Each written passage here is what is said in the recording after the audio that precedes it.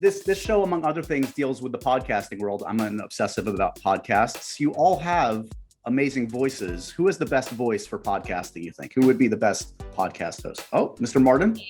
Well, I can talk real low and intimate to the microphone. Yeah. Well, this is the brand new podcast. This week on episode 9, we discovered. See? Oh, that wins. That actually is the winner. No, that is. I would listen. I want to hear episode 9 now. Steve, you were good, but there's a difference between being woke and not sounding awake.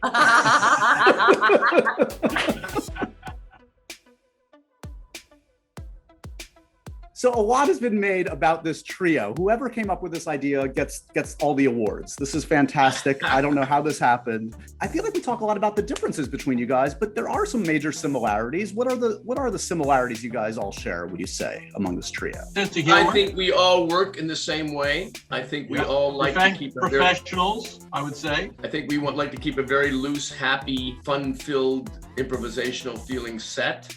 Don't get offended by, little put down jokes. We kind of kid each other. Selena, did you feel like you were welcomed to the troupe immediately? Because these guys have obviously a long storied history. That first day on set, do you feel like you're welcome to the club, or is there an initiation process or what? No, I was very lucky. The first day of shooting, I was working with Steve and I was really excited and nervous. I called my mom before I went into hair and makeup and it was instant. By the end of the first take, I felt so comfortable. And when we all came together, it was so magical. I just felt they made me feel so welcome and included. What was that first scene? I don't recall what was the Remember, it was the one with the box and we found the ring. Oh yeah, of course, on the roof. Yeah. That was the first day. And I think from that point on, they both just would include me even in their banter back and forth. I never got any of the jabs, but I got to do the jabbing every now and then. Yeah. Right. Well, maybe in another 15, 20 years, you're going to be so in that they actually kick at you then, right? Yeah. Selena, what would your podcast be about? What are you an expert in that you could host a podcast on? Escape rooms. Really? Yeah.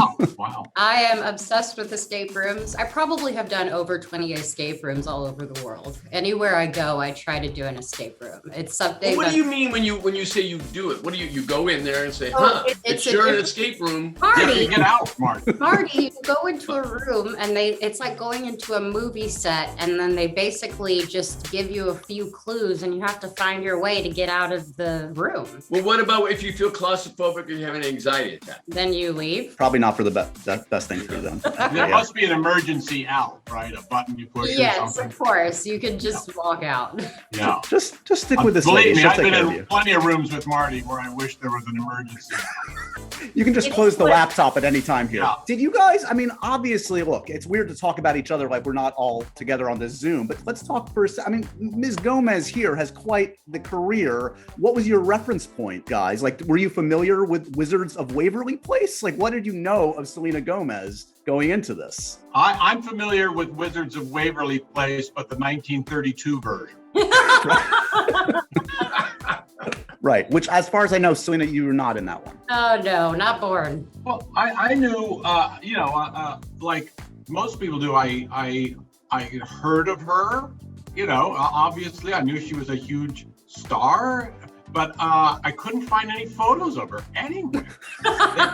If you Google her name, you'd get, it's like she's been camera shy her entire career. Yeah, but I told you to look on Instagram and you went to Instacart, and that was Speaking of Instagram, do you think these gentlemen should be more active on social media? Selena, Nope. you are Nope. Oh. I'm just kidding. Well, Steve is active on social media. I used to be more active on Twitter. Then I learned my lesson.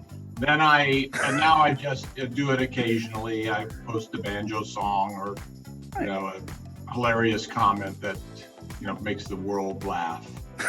just healing the planet with a little tweet. No big deal. Yeah. So no Instagram, no TikTok for these guys. You think that's No, they wouldn't know what to do.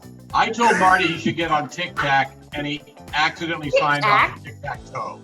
No.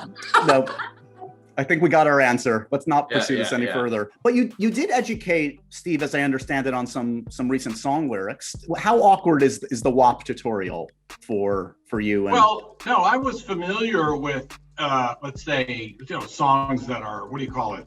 Dirty song. What do you call them? Just blatant lyrics. Like, I knew they existed. I did not know it had become a huge hit.